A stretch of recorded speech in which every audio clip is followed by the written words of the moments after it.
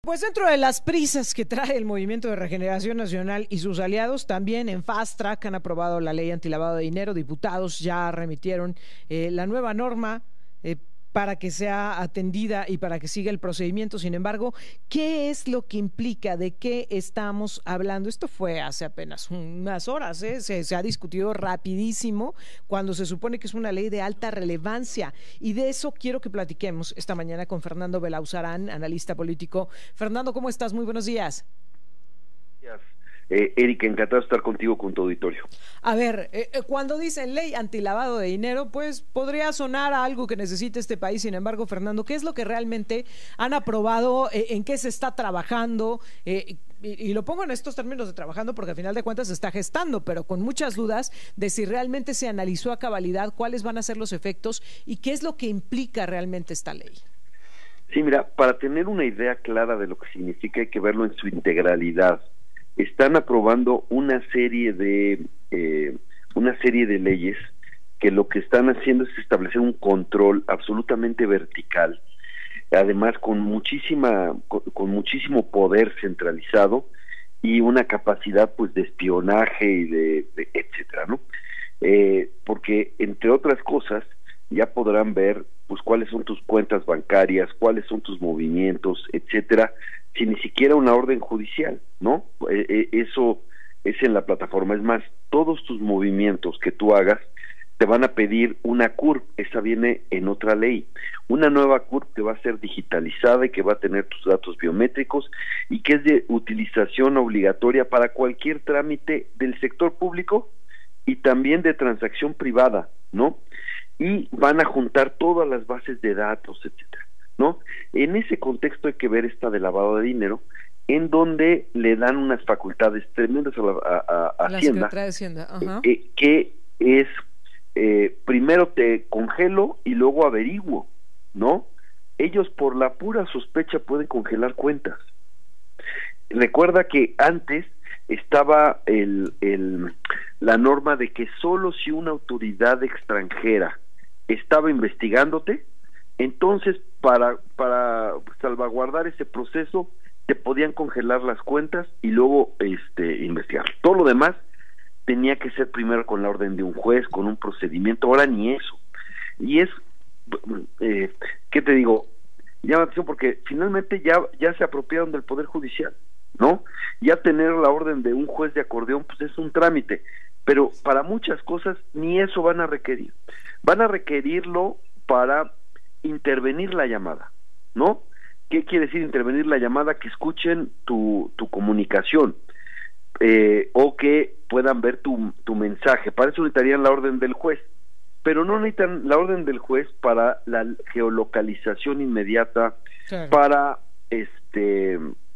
Para ver a quién le marcas, o sea, cuáles son. No pueden intervenir tu llamada sin orden juez, pero sí pueden saber a quién le marcaste, quién te marcó, a quién le escribes mensajes, qué es lo que compraste, dónde te hospedaste. Para todo eso no necesitan ni la orden de un juez. Bueno, pues para congelarte tu cuenta tampoco necesitan la orden de un juez, ¿no? Eso viene en la orden antilavado. Y claro, se da en un momento en que el gran escándalo se da porque el Departamento del Tesoro marca a 2 bancos mexicanos y una casa de bolsa ligada, esta Vector ligada a Alfonso Romo, que pues es un recaudador de campañas para López Obrador, es su brazo financiero, su gran amigo, muy cercano, y además fue su jefe de gabinete, su jefe de oficina, ¿no? No puede deslindarse. Entonces hacen la ley antilavado mientras el Departamento del Tesoro saca esto, y además se demuestra que esta información, porque la presidencia salió a defender a los bancos y a la casa de bolsa, ¿no? Sí. Pero diciendo no hay pruebas, etcétera. Bueno, ya se demostró que la UIF tenía las pruebas del lavado de dinero de García Luna, porque imagínate, la casa de bolsa de Poncho Romo, tan cercano a López Obrador, lavó $40 millones de García Luna, y de eso tenía conciencia la UIF, porque eso es parte del juicio que está en Miami en el asunto de la lucha por que le den al gobierno mexicano, le regresen dinero de eso. Entonces estaban perfectamente enterados de esa parte, ¿no?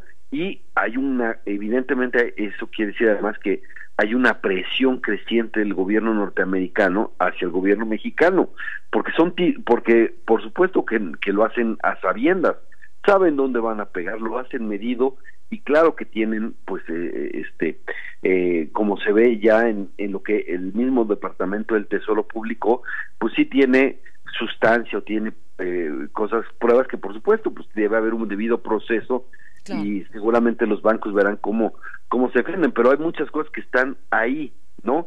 Y pues es curioso que México quiera darle tanto peso, tanto poder a la Secretaría de Hacienda sobre las cuentas, además, insisto, en una lógica donde van a tener todos nuestros movimientos, ¿no?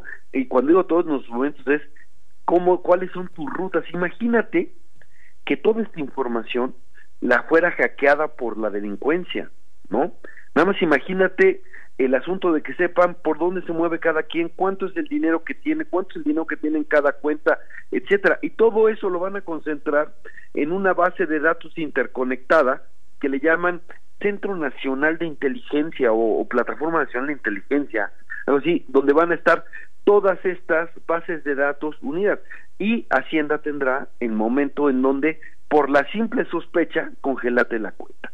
Imagínate el poder que tienen, pero no solo eso, como vemos tienen esos, y en comunicaciones se dieron otras fuerzas para bajar plataformas y programas, claro, con buena conciencia, porque ellos dicen, violaste el derecho de las audiencias.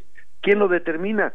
Pues una comisión totalmente controlada por el Ejecutivo, porque ahora ya no será autónoma, será nombrada por el Ejecutivo, y ya vimos cómo son sus nombramientos, nombrarán a gente pues evidentemente incondicional, así como usaron o están usando la violencia política de género, que es una lucha feminista, etcétera, que es muy noble, que tenía una lógica, bueno, ahora la están usando pervertida para la censura y para la persecución, ¿no? Pues algo así. Entonces esto de la ley de lavado de dinero no se puede ver sin el contexto.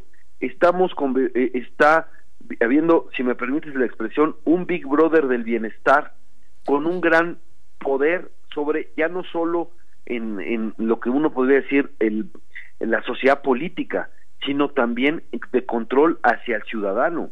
Y es decir, ¿te parece que hay una estrategia que se está articulando para tener un control sobre la población? Y déjame sumarte una pregunta más. Dentro de esta ley antilavado viene un concepto que obliga a que los gobiernos de todos los niveles proporcionen información a la Secretaría de Hacienda, digamos una lista negra, ¿no?, de quiénes son personas políticamente expuestas, para que la Secretaría de Hacienda les ponga el ojo de manera enfática y revise cuáles son sus operaciones y sus transacciones. Y con personas se refiere también, por ejemplo, a partidos políticos. No estamos abriendo la puerta a una persecución, a una construcción de estrategias en contra de los opositores.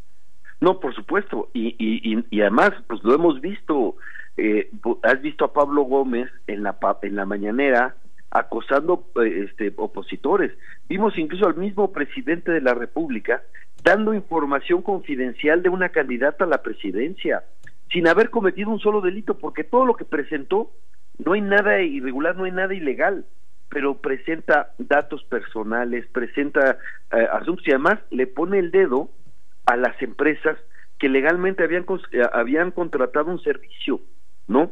Entonces, claro, si con esos antecedentes, y además con todo ese peso, y además sí, ¿quiénes son las personas políticamente expuestas, no?, para tenerles el dedo en la cabeza? Sí, por supuesto que se está conformando un gran poder de control que va hacia allá. Claro, usan igual, así como dicen, violencia política de género, que es una causa noble, lo usan para la censura. Que los derechos de las audiencias, dicen, para cuidar el pluralismo ideológico. Bueno, si lo aplicaran tendrían que cancelar el canal 11 completito y el canal 22 acá, porque lo han convertido en un surtidor de propaganda de gobierno completito, y por supuesto que no hay una gota de pluralidad, pero lo van a usar contra las plataformas o programas o canales que sean más que opositores, que sean independientes, que sean críticos. ¿Y quién va a decidir quién viola el derecho de las audiencias? Pues ellos. Bueno, en este caso están diciendo, vamos a ayudar ayudarle a las madres buscadoras a encontrar a sus hijos. Y con ese pretexto, ¿no? Tienen un control sobre toda la sociedad, ¿no? Y entonces usan una causa que parece muy noble, pero lo que están buscando es ejercer un control, pues sí, que parece una distopía orwelliana, ¿no? Del gran hermano que se entera de qué haces, dónde estás, dónde te mueves, etcétera. E insisto, si llegara a tener la delincuencia, la criminalidad, esos datos, imagínate el poder que tendrían. Y dime si uno es descabezado pensar que esos vínculos criminales o esas organizaciones criminales no tienen nexos con el régimen o con algunos sectores del régimen y que van a tener acceso a esa gran base de datos. Entonces, no solo es que el Estado te vigile y te controle, sino que estamos hablando de un Estado que hay muchas evidencias que está en contubernio con el crimen. Entonces, imagínate lo que eso puede significar. Sin duda. Finalmente te preguntaría, a ver, ¿qué nos espera? En medio de la construcción de esta estrategia y viendo cómo están avanzando estas modificaciones legales de manera rapidísima en el Poder Legislativo, sin ni siquiera debatirlas, bajo el argumento de que sí las están leyendo porque el chat GPT les está haciendo el resumen, en fin, ¿hacia dónde nos está llevando esto, Fer? ¿Y cómo podríamos generar los contrapesos? Porque hoy creo que en este país lamentablemente no los estamos viendo. No, bueno, das en el blanco. El problema es que, mira, esto es la culminación de un golpe de Estado, y lo digo con toda responsabilidad. ¿Y dónde estuvo? No hubo un alzamiento militar, no hubo un cuartelazo, no hubo nada. Lo que pasa es que le dieron a quienes o sea, hay una mayoría calificada del oficialismo que no les correspondía, que no le dieron los ciudadanos en las urnas, porque ellos tuvieron el 54% de votación para los diputados y les dieron el 74%, es decir, les obsequiaron la mayoría calificada que no les correspondía, que violaban el 8% del límite y los 300 de diputados como máximo. Esos límites que están en la Constitución les dieron la vuelta, ¿no? ¿Con qué? Con la complicidad, por supuesto, de autoridades que deberían ser autónomas y que fueron capturadas. Esa mayoría calificada rompió una regla de oro de la transición, incluso de antes de la transición, porque de los acuerdos que llegó incluso Salinas de Gortari después del fraude del 88, es que ninguna fuerza por sí sola podía modificar la Constitución, que tenía que buscar al menos el acuerdo con otras fuerzas para poder cambiar lo que sería el pacto fundamental. Bueno, eso se rompió, porque ahora una sola fuerza, sin acordar con nadie, está modificando la Constitución y cambiando el régimen político, el acuerdo fundamental. ¿Y para qué lo está modificando? Pues para concentrar el poder, para extender ese poder, para permanecer en el poder, para esas tres cosas. Y eso se llama golpe de Estado, en el sentido clásico que uno puede encontrar en el diccionario de política, famoso de Bobbio, ¿no? Ahí eso es, por supuesto, a muchos todavía, como no fue un hecho, digamos, traumático por un levantamiento, un cuartelazo, no hay un generalato hablando, no lo ven, pero se dio. Y este es otro régimen. ¿Y cómo se consiguió ese régimen? Pasando sobre el 46% de los ciudadanos que no votaron por ellos, ¿no? Y eso es lo que ha estado. Entonces ya es un cambio de régimen y lo están haciendo para el control absoluto, ¿no? Y pues tú dime, fíjate, en el caso de los militares, ahora los militares en activo podrán ser candidatos y el partido oficial los va a poner de candidatos a los militares en activo, ¿no? Haciéndolos que ya sean parte del régimen. Entonces no solo es que ahora ya tienen el control total de la Guardia Nacional, ya tienen acceso, por supuesto, a toda la parte de inteligencia que dijimos, tienen acceso a toda esta base de datos, tienen acceso a todo eso. Además tienen aduanas, tienen aeropuertos, tienen puertos, por supuesto, son constructores, o sea, les dan jugosos contratos y además ellos los entregan sin licitar. Pues imagínate todo eso. Bueno, cualquier semejanza con Venezuela, Cuba y Nicaragua, en donde el ejército es parte del régimen y tiene todas estas atribuciones y también, por supuesto, pueden ser candidatos y están en las en el centro del poder político, es mera coincidencia, ¿no?